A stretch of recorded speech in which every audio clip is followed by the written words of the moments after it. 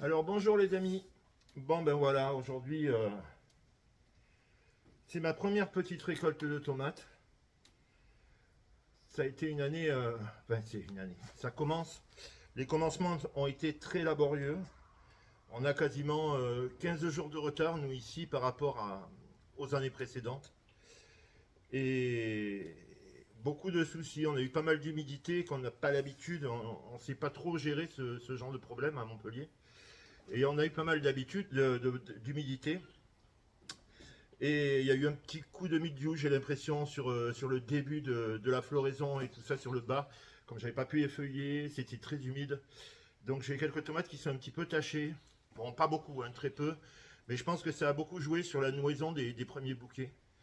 Donc j'ai des pieds de tomates. Il y a des tomates dessus, hein, mais elles sont petites. Elles sont plutôt au deuxième, voire au troisième, quatrième, cinquième bouquet.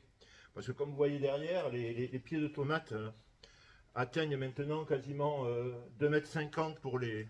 Enfin, 2,50 m pour les tomates classiques, près de 3 mètres pour les tomates cœur de bœuf, comme la Ontario Oxart, tout ça, c'est des tomates que je suis obligé de descendre régulièrement, sinon ça fait 5 mètres à la fin de la saison.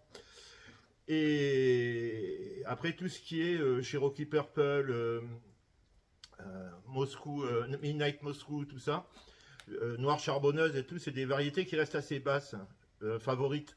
Tout ça, c'est des variétés qui restent assez basses. Là où je suis étonné cette année, c'est que j'ai. C'est pas les plus petites tomates qui sont arrivées en premier. J'ai un peu de tout. J'ai de la Ontario Oxart, là, qui est assez grosse, assez productive. Par contre, ça, au niveau production, c'est assez impressionnant. Euh, j'ai des petites cerises, mais les cerises, bon voilà, les petites cerises jaunes, c'est tout ce que j'ai pu ramasser sur pas mal de pieds. Les rose quartz, elles sont pas arrivées encore. Elles vont arriver plus tard. J'ai la Red Belly, par contre, qui est une grosse tomate, type ananas, qui est arrivée quasiment en premier. De la Yoder. Alors bon, ça, elle est un peu boursouflée, celle-là, mais bon, voilà, ça fait. Bon, après, une mauvaise pollinisation hein, au départ. Ça fait des espèces de culs là, un peu. Bon, il y aura un petit peu de perte dessus, mais c'est pas grave. Ça, c'est vraiment les toutes premières, et c'est souvent les tomates qui mûrissent. Vous voyez, c'est comme les tomates patates, par exemple, que je devrais arracher et que j'arrache pas. Parce que je sais qu'elles vont arriver en premier quasiment. Hein. C'est celles qui vont mûrir en premier. Donc voilà, là j'ai ramassé de la noire charbonneuse qui est pas du tout comme ça. Elle va plutôt être plutôt de ce style-là, quoi. Et ça c'est de la. Alors j'ai marqué le nom parce que. Alors ça c'est de la Roger Beck Black. Voilà, j'en ai une qui est mûre. Alors vous voyez la différence de taille, quoi. Euh, Normalement, elle aurait dû mûrir bien avant, mais non. Après, j'ai de la Great White, là, de la petite blanche. Je l'adore cette tomate. Elle est assez ferme, elle est bonne en goût. J'en ai pas mal. Voilà, mais j'ai pas, j'ai autant de grosses que de petites. Donc, je sais pas trop à quoi c'est dû. Bon ben voilà, hein, Oxford Yellow, la Roger.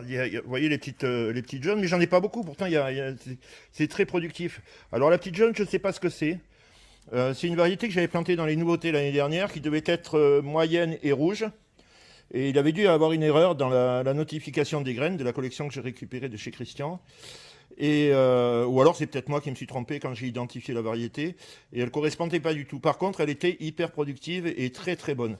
Donc j'ai quand même récupéré les graines. J'aime pas trop récupérer les graines de variétés dont je connais pas les noms, mais bon, quand ça vaut vraiment le coup, je le fais quand même. Voilà la Red Belly, hein, ça fait des belles tomates. Hein.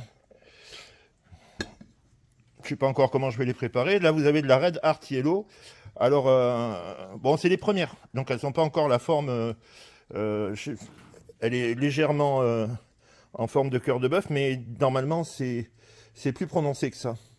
Mais bon, sur les premières, on peut pas trop jurer. Hein. Regardez la noire charbonneuse, c'est pas du tout ça en termes de forme. Hein. La Great White, ouais, elle est pas mal. Voilà. Et ça, c'est de la Yoder. Germaine Yellow. Voilà, bah écoutez, maintenant, je pense que je vais me faire un petit repas tomate, donc je vais voir ce que j'en fais. Je vais les amener en cuisine et je vais voir ce que je vais en faire. Voilà pour l'apéritif. J'ai fait pain de mie grillé avec tomates et des anchois marinés au citron. Et ensuite, j'ai fait la même chose, mais seulement avec du fromage de chèvre mélangé à du fromage blanc pour l'adoucir un petit peu. Ensuite, j'ai fait des médaillons de tomates avec les grosses roses, avec les Ontario Oxheart. Je l'ai emporte-piécé et j'ai mis du fromage de chèvre. Ensuite, j'ai fait un tartare de tomates, des différentes, avec toutes les chutes que j'avais.